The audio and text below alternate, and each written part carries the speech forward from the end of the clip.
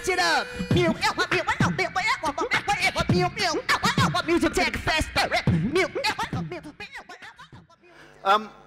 I met Michaela in a bar, and she said, come along and talk at this thing. I was talking at the bloggers meetup, the London bloggers meetup, and I was talking about what I did, and she said, well, we've got this Music Tech Fest thing, come along and talk about what it is you do. So I thought, okay, that's fine, I've got 15 minutes, I can talk about what I do. So there's a number of things that could spin off from that, and there's a number of, hopefully, ways that could be interesting and could be helpful. But by way of introduction, I'm Andrew Dubba.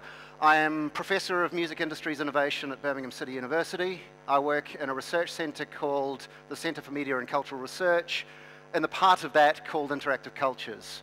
And what the Music Industries Innovation part of my title means is a number of things, but I also run, I'll tell you about those in a second, but I also run a Music Industries MA program, and I run a Music Radio MA program. The Music Industries Innovation thing, they like the word innovation at universities essentially, because it makes it sound like we have an impact in the outside world, which thankfully in my case is true, because I do a lot of consultancy work with record labels, distribution companies, tech companies. I'm on the board of advisors for Bandcamp, a number of different things. So there is this kind of outreach aspect to it, but innovation sounds like it's all about technology, sounds like it's all about kind of online stuff, and that is a part of what I do. I am really interested in online music, or music online, depending on how you want to think of those things. But also music and entrepreneurship is something that I study, which has kind of got an innovative aspect to it, which I'm really interested in. And I'm interested in musical hybridity. I'm working on a project which brings together a lot of people from different cultures, different backgrounds, different musical traditions, different genres, and basically putting them in a room going, what happens when you make music together? What's innovative about that? How does hybridity happen? So there's that aspect to it as well. But the other aspect, which I thought, well, I'll talk mostly about that, because probably nobody else is going to be talking about that at a thing like this in London, is I talk a lot about music as a tool for social change, which I think is really interesting. And that's kind of the fun bit of what I do. Partly because it feels meaningful, but mostly because it involves lots of travel, which I quite like. The other stuff that I do that kind of fits around the professor thing, I also write. I've written a few books. There's one called Music in the Digital Age. There's one called Radio in the Digital Age. There's one called The 20 Things You Must Know About Music Online. And there's one called 1001 Whiskies to Try Before You Die, which is probably not related, but it was something that I contributed to. I didn't incidentally try 1001 whiskies, because if you did, you would die. But I was kind of involved in the testing of 80 of them. But that's another story. But the music as a tool for social change thing, I think, is kind of the thing that I really want to focus on here, because it's probably not what you'll hear about in a thing like this, which is about music, i.e. music production, music composition, music distribution, music promotion, music consumption, and about technology, and about technologies of consumption, production, distribution, promotion, you know, all those sorts of things. But there's this kind of other thing, which I think is really interesting and really important, and I kind of want to kind of wave a flag for it, I guess. And that is that music is meaningful to people. It's not just a commodity. It's not just something that we make and sell. You know, it can have other meanings to it as well. By which I don't mean kind of like music is magic and it gives us powers and it makes us whole as human beings and this kind of, you know, I kind of try to avoid that. And I think there is something in that, this kind of the power of music. I think music can move people and can kind of improve people's lives. But I'm far more interested in kind of the instrumental, pragmatic, how you can use what you do to make the world a better place. Which I think is kind of a really interesting position to be in, and the reason it works is because music is so meaningful to people, it is so powerful to people, people get their identity from it, they build their culture around it, and that kind of, I mean, as you can probably tell, that kind of energizes me, and I get really excited about that, and I'm really, you know, the word passionate is overused. There's a great billboard for a university that says, something like, we're passionate about passion. It's like, that's kind of too much passion. But I'm like really enthusiastic about the idea that music can actually improve people's lives, and quite often in places that aren't London or LA or New York, which I think is also really useful. So what I want to do is I want to tell you 3 stories and then come to a point, which is a point that I've already made, but I'm going to reiterate it at the end. The 3 stories about projects that I've been involved in, and not that look what I've done, but look what I got to do, in the sense of these people are doing some really amazing stuff, and I got to go and look at what they were doing, and I think there's kind of some lessons in that that's really interesting. The first story I want to tell you about is a project in Delhi, in India, called Music Basti. And what they do there is, it's a youth-led volunteer organization. Basti, I don't know if you know any Hindi, it means slum, essentially. So it's music slum is kind of what Music Basti means. And what they do is they take professional musicians, like big artists, signed artists, people who are on Universal, who are known in India, in the independent rock kind of world, and they bring them to these homes for street kids. And these are kids with like just terrible, terrible stories.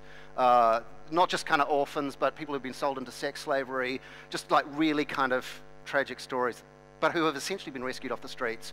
And the outcome of these homes, ideally, is to mainstream these people into mainstream education.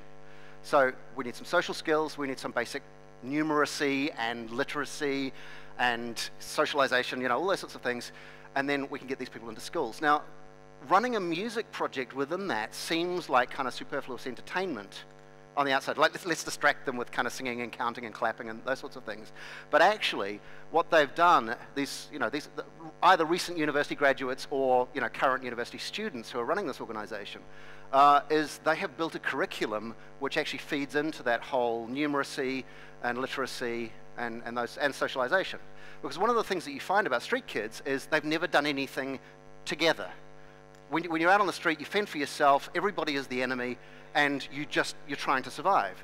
The idea that you can sing in a group is this radically transformative thing that actually changes people's lives. But one of the really interesting things about it, like we thought that was the point. We thought that was kind of the interesting thing that came out of it, but there was kind of an unexpected outcome of it, which is when because we did a project out there, we recorded an album of these kids singing, and we sold it online, put it on Bandcamp, pay what you want, here is the story, here are some videos, this is what these kids are doing. But when we talked to the kids afterwards, they said what really was meaningful to them about it was not just that we got to sing in a group, it wasn't just that we learned to count, it wasn't just the rhythm games, it wasn't just that we got to be involved in writing songs about our environment and things that affect us, but actually when we sing, people listen to us. That's never happened before. And so that was really meaningful and really important. That was kind of quite touching, actually. When you were there amongst that, in the 45-degree heat in Delhi, in these kind of, dirt-floored classrooms, it was just really kind of a moving thing to be involved with. Okay, that's the first story. Second story kind of skips between Colombia and Venezuela, mainly in Colombia, in the barrios. I don't know if you know much about Colombia other than the cocaine trade, but up in Medellin is basically a bowl. The city of Medellin. Bogota is the big city, Medellin is kind of like the second city, and it's a bowl. It's surrounded by mountains, and the city is in the middle, and up on the outskirts are the barrios. And these are different neighborhoods, and they're numbered. So you live in, Comuna 13, or a community number 13, and there's community 14 next by. And they have their own version. Postcode wars here in London. We have it in Birmingham. It's like that, only with guns. And like you cross into our neighborhood, you're not from our neighborhood, you will die. That's how it works.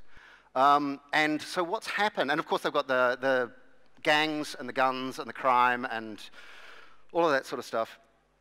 And so some hip-hop artists have set up after-school programs in these different communities.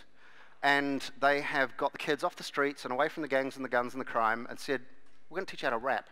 We're going to teach you how to break dance. We're going to teach you how to do graffiti art. And we're going to teach you how to DJ. You can do those things because if you do those things, A, you'll enjoy it because you love hip-hop. Hip-hop is what gives you meaning other than, wanting to be a gangster, which is really the only other ambition there is to be had in these barrios. I mean, really, when you're kind of in these environments, that's kind of your option. It's like, if I'm going to survive, I've got to join a gang, or I need to get out, or I need to do something that's kind of, I don't know what. So this idea of setting up these kind of hip-hop schools gives them a vision of some other possibility, some other life, which is really interesting. And the effect of that has been astronomical, to the point where the guys they're all ex-gang, who are running these hip-hop schools, like reformed, I guess you'd call them, they're getting routinely marched out into fields at gunpoint and told to stop. And the next day they're coming back and they're bringing these kids in and they're teaching them these things. So something that you think seems like, well, it's about entertainment, it's about dancing, it's about fun, it's about the rest of it. The impact of this and the life-changing possibility of what can be done with something as kind of frivolous as music, as kind of a commodity of music, is really powerful, life-changing stuff. And unfortunately, two of the rappers that we worked with when we were out in Medellin have since been shot. One is a case of mistaken identity, which is tragic. I mean, they're both tragedies, obviously, but one directly as a result of you took our kids, you took our, our runners. Here's the punishment, which is kind of horrific, but it does kind of paint the meaning of what's at stake here, what the kind of the opportunity that gives, and the great sort of the end product. We put on a big hip hop concert in the main square in the town. Now a lot of these kids had never been to the city before. They live up in the mountains. They came down to the city and they danced together. Like, not only would the person next to you have shot you had they seen you in your neighborhood, but the idea of this kind of animosity between districts was so great that you just could not imagine encountering the same person, yet they were in the square together dancing next to each other, with each other, which is kind of absolutely life-changing. Okay, the third thing that I don't know how I'm doing for time, but the third thing I want to say, give me like a 2-minute thing. The third thing I want to talk about is the project that I'm kind of most heavily invested in at the moment. I'm going back and forth to Brazil, and I'm making a documentary film about this, and it's the most fascinating thing I've ever seen, because it completely challenges the idea of what music is, how it can be used, and how an infrastructure and an industry can be built around it. In Brazil, Brazil's big. I don't know if you know this, but it's virtually continent size. It's huge, and the distance between cities is enormous. So in order to set up an independent music sector, there are problems to overcome. And one of those problems is there is no route to market from the independent sector into mainstream media. Adele could not happen there. Just simply could not happen. If you're on an independent record label, you will not get played on the radio. That's just the rules. I don't know why, that's just how it is. And so to set up an independent music business in Brazil, where there is no money to be paid to musicians, there is no money for touring, there is no money for support, they've come at it in a different way, and they've come up with this, what they've called fora do eixo. Now, fora do eixo is obviously a Portuguese phrase, which means off axis, or outside of the axis. And the axis is Rio, Sao Paulo. It's kind of down the bottom right-hand side of Brazil. There are two major cities where all of the culture money is. Rock in Rio happens, and there's a massive kind of 4 million person festival that happens in the streets of Sao Paulo over 24 hours. There's lots of stuff happening there. But everywhere else, there was pretty much nothing. There was nothing going on. If you're a musician, it was like you can play to your friends, and that's kind of really all there is going on. And, there's kind of a little bit of gray area, but what these people did is they said, well, we need to fix this problem. We need to solve this problem. The only way that we can make this work is through collaboration. And the only way that this can work is, like, if your band comes to my town and plays a gig, and I know the promoter, and I'll set you up with, you can play with my band because I can get 200 people, and then your band can be in front of that 200 people. I'll come to your town, we'll do the same thing. Now, this is not a new concept here. We've had gig swaps before. But what they did is they said, well, we're not going to pay you money as such. What we're going to do is we're going to give you value to be spent elsewhere within this circuit. So you stay at my house, you eat my food, that's worth X. And then when we come over, that's worth X too, and then you've paid your debt, and that's fine. So what they've done is they've set up the situation, which is essentially built on a barter economy, but it's brought in record labels, it's brought in recording studios, it's brought in festivals. It's got to the point now where there are, I think, it's between 12 and 1,500 festivals around the country. There is around about 10,000 bands involved in this network. This has grown over the last 10 years. It's sort of instigated as a result of what Gilberto Gil did as the culture minister there. There's some really interesting stuff, but it's got to the point where they have their own currency. The independent music sector in Brazil has their own currency, which has been ratified by the Bank of Brazil. And you can go into my recording studio in Sao Paulo and record a demo, and with the value that you pay me in the fora do eixo alternative currency, I can then travel to completely the other side of Brazil, go to a bar and spend that. A lot of the bands have health care. A lot of the bands have, if they play at a festival, the local restaurant is involved, and there is this kind of, this monetary system. And what they found interesting is that for every dollar that gets spent within the independent sector in Brazil, $6 of money is generated in economic outcome as a result of that. And so from a purely economic perspective, what it does is it makes being in the music industries for independents sustainable. which had never happened before. They actually tried it in the 60s. I mean, Brazil's kind of really forward-thinking in a lot of ways, and there's a lot of really interesting stuff that's done around art and culture in Brazil, particularly around what they call solidarity economy, which is what this is based on. But what didn't work about it when they tried it in the 60s is there was just no way of connecting people together. And what they've done is they've used open source technologies. All of the information is freely available online. You don't have to pay to join for a show. The information is there. You can just become a part of it. So if you want to put on a gig, all of the touring opportunities are available, the contact details, all the people that you need to speak with, all over the country. You can just log into this network and be involved, which is a really kind of fascinating and trusting thing to be involved in. But what it means is that there's actually people making a living in the music industries with some cash and some alternative cash being involved in this, which honestly I think is really, really fascinating. And Fraud Show has now grown to the point where not only are they an organization for independent music, they are also a bank, a university, and a political party. And they, through connecting human beings together who make music, who make meaning for people, who put on mostly just kind of ordinary rock gigs in ordinary rock pubs, they have built something that is kind of mighty, which I think is really fascinating. So I'm going out to Brazil next month, and I'm going to be spending a lot more time kind of researching this, and hopefully by this time next year there'll be a documentary film that you can watch about that. So the reason I tell you these three stories is to just kind of come back to that point where waving a flag for music is not just make things, sell them. You know, the value is not just the price, as the conversation I was having with Gaynor before. Those things are separate. And the value of music is its power to make meaning for other human beings, and what can be done with that, and what good can be done to change the world about that. And that's really where I'm coming from. So hopefully that's kind of interesting, and that's what I do. Thank you.